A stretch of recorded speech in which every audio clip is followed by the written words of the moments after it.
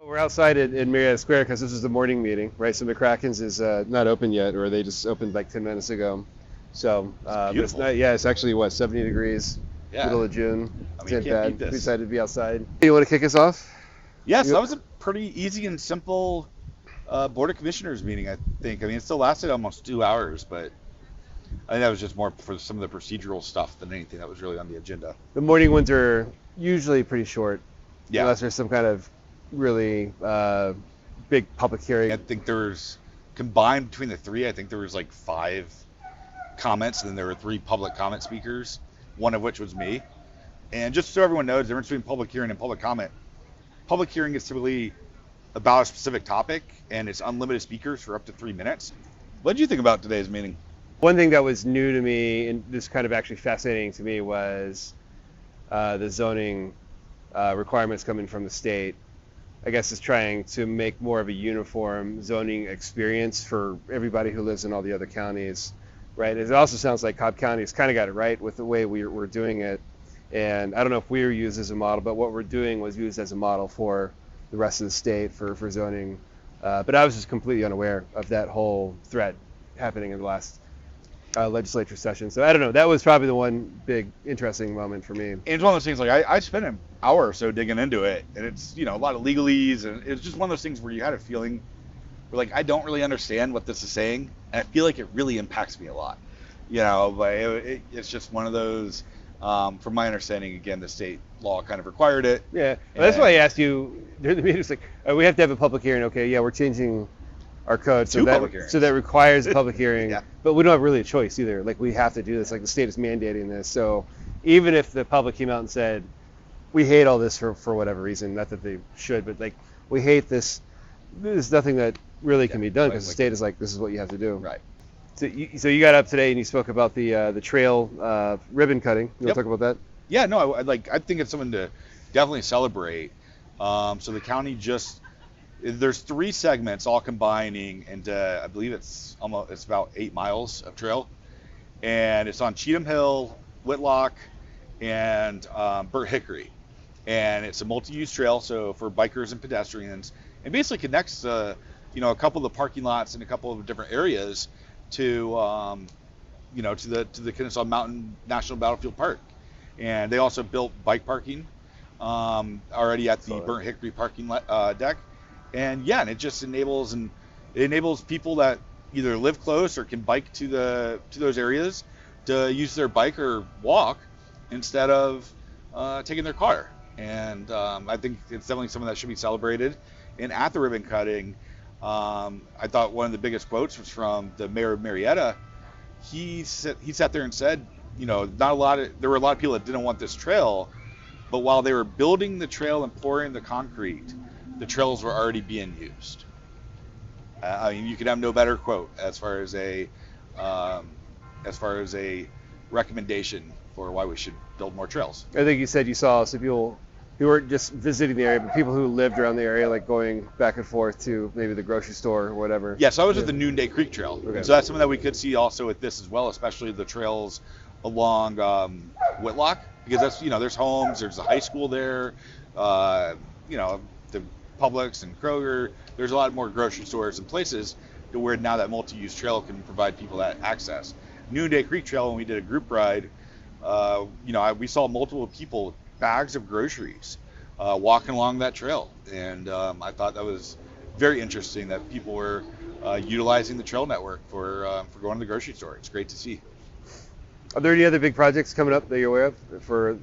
Yeah, so connect the Comet, or the Silver Comet connector. Yep. That would basically connect the city of Atlanta and the Beltline to the Silver Comet Trail. That's in different phases and segments. Some of it's ready for construction, another part of it's waiting for the railroad. You have the Austell Powder Springs Road Trail, which I love because it actually connects 2 of our downtown areas. So Austell and Powder Springs are a few miles apart from each other, and right in between them is this place called the Thread Mill Complex that the city of Austell owns. And you walk in there and you're just like amazed. It's incredible what they've done to that place. And for all of that to eventually be on a bike trail, I think will be very popular once it's built. How you doing? So you were recently in the news also, yeah? A few times, yes. been an interesting month. Really discussing the need for a safer access to some of the public transit stops, right? Yeah, no, and like we're doing some good things with trails. We're seeing some good stuff, but when I've taken public transit multiple times in the last month here around the county, as well as walking up and down 41 and South Cobb Drive just to see what the experience was.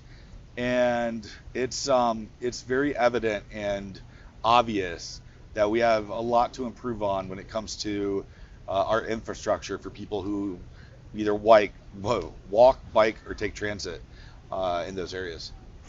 Yeah, I posted your video on Facebook, and some person who commented who had done some Lyft driving. He said he drives a lot of people from their home to a bus stop, and they'll spend probably like an hour's worth of pay to just really get to the bus stop so they can get to work, right? So that's like 2 hours a day worth of pay that they're having to do just to try to get to some kind of mass transit so they can get to work. Just to get to their job.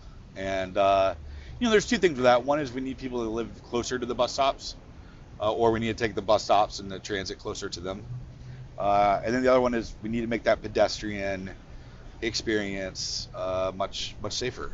That last mile is what they typically call it when it comes to mobility. I have a question for you. So how often, or when is the last time, I guess even the county or whomever, DOT, looked at where stops go? Is that was that done like forever ago and like forgotten about, and now it's like really old and needs to be updated, or is that constantly being reviewed? There was a service plan done a few years ago that was a impetus or at the beginning of some changes to the service network. And then there's also the comprehensive transportation plan that was adopted within the last couple of years. So, and that looked at as far as like if we were to expand, how are we looking to expand? So it is something that's being looked at. I do. I serve on the Transit Advisory Board. I'm very data driven, and consistently, I am left wanting much better data for us to make some of those decisions. So it's something that we can definitely improve on to improve our operations, our efficiency, and also how we serve the county. So I just always, in my head, I keep going back to, we say, okay, the budget's $1.2 billion. It used to be $700 million. Okay, so let's cut out $500 million. All right, so where are we cutting from? Like, who's losing that $500 million? Like, where are you cutting it from? Right? And exactly like what's going to be the impact of any kind of resources that are going to the community, right? I mean, so it's like, okay, fine. Like, our population's also grown during that time too. If you want to cut, tell me what you want to cut and tell me what's going to be the impact. And so, I don't think anybody's advocating just spending, completely willy-nilly, but it's the reason we have such a transparent process, which is why you go to these meetings, you can see where the money's being spent, how it's being spent, when it's going to be spent. Like, I think the trails that you're talking about at the top of this, that money was dedicated years ago, like right. 5, 6, 7 years ago. The county only paid for a small portion of that as well. There's a whole list of, even the national park dedicated some dollars to it, and so it's it's a team effort. We heard from Commissioner Burrow is $1 million a mile for a sidewalk. So I don't know how. I'm not disputing that's not true. I mean, it sounds good though. It's a good soundbite. Anytime there's a basic soundbite like that. So I mean, for instance, if you actually drive along the new trails, there is new drainage underneath these new trails. Yeah. So, we can look at it and be like, oh, is this much per mile? But there's there's a stormwater, and I've seen some online comments about like, hey, why would you spend for this when we have stormwater issues all over the county? And this also helps the stormwater issue as well. Two of the biggest line items when it comes to, our budget is public safety and our roads.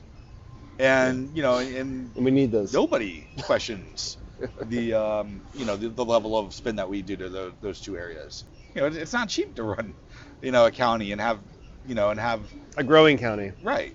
And a growing county with great services that people want to move to, with great schools and great libraries and, good roads and hopefully one day good transit and a stadium that seems to be actually making money now, which is good. Yeah, how that's calculated is always, I always wonder how that's calculated, some of those reports, but it's I think it's doing much better than anyone anticipated. Yeah, and you see all the businesses that have growing around there, all the restaurants and everything. The hotels have got to be busy. So I mean, hopefully it feels like it's got to be net positive. It's busy. And what I always tell people is, I grew up in Cobb County.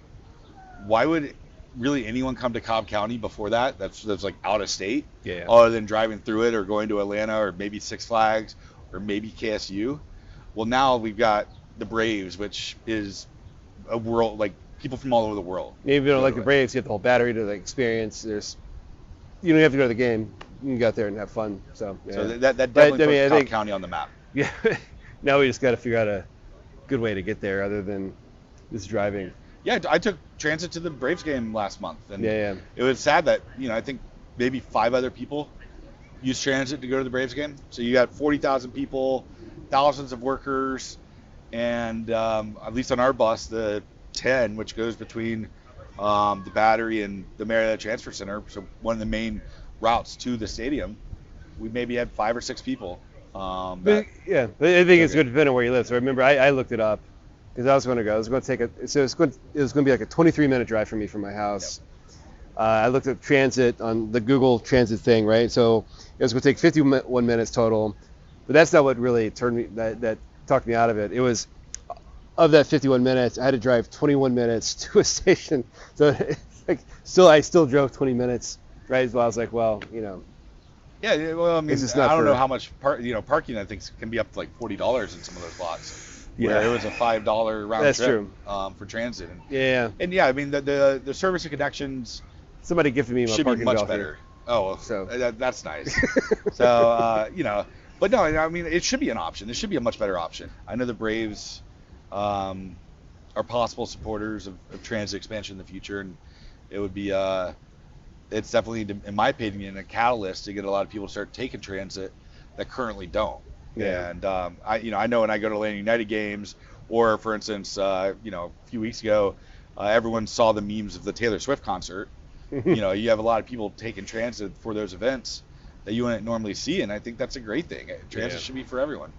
Also in today's meeting, I saw someone came for the first time, and just had their first experience. Kevin. Yeah, Kevin.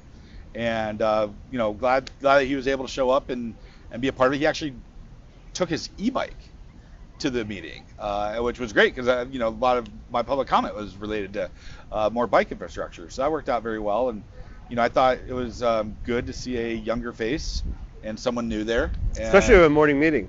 Yeah, that was great to see. Yeah. And I encourage, even if you haven't come to an event yet, or a meeting yet, I encourage you to come to the next one and any of the ones after that, just to see how these decisions are made, what goes into them, some of the conversations and the rhetoric that goes around it.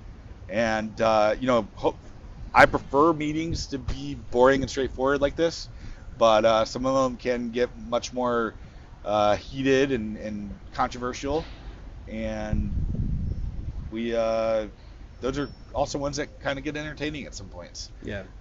I don't know. I think you get to learn a lot about the things that are actually very much directly impacting your life here. It's much different than just watching the news and seeing what Congress is doing, what the Senate's doing, even what the president's doing. Like, this is really happening in your backyard, affecting your everyday life, and you actually, if you want, you can use your voice and give your opinion on way things are going. And I think people actually, the officials do actually listen. If you show up to a meeting, introduce yourself, say that you care about something, and email your commissioners and also work with staff a little bit, you can almost get anything done in this county. I've seen. I think it's great. I think it's beautiful. And I don't know, I've been addicted ever since I've kind of started coming to these. Change happens from within. And the only way to get in is just to show up. Engagement. Right? You don't have to be an elected official. I mean, you can just get out and just use your voice and speak, or just talk to other people who go to these meetings a lot and understand why things are happening or why things are not happening. If you're wondering, why is this something not happening in my neighborhood? Well, it might be because of these 5 other variables, or maybe it's in the works and it's just taking some time to set up. There's just a lot to learn that you won't just really be able to, unfortunately, you won't be able to look up very easily. You can't go to the county website and say, what's happening with the sidewalk project, right? And you can't even hear it from someone else really either. You really got to go. You have to show up. We're not sitting there trying to sit there and say this to put pressure on anyone or anything like that. this is literally what's been asked for from commissioners. They want to see people show up. They want to hear from the public. Yep. And I just encourage, if you have any questions, you go in kind of, you don't know what to expect, reach out to us, ask questions. By no means are we experts, but we've seen kind of the pattern of how things flow and what to expect, and we'd be happy to be your tour guides. I have no other way to describe it other than, we're... And we'll have some fun. The next one will be the night meeting. We'll hopefully be back at McCracken's, and we'll be really cheersing to Cobb. I like it. Cheers to in 2 Cobb. weeks. Yeah. Well, I think it went well. thank you. Yeah, I love these. Oh, God. Slow-mo that later, right? Yeah.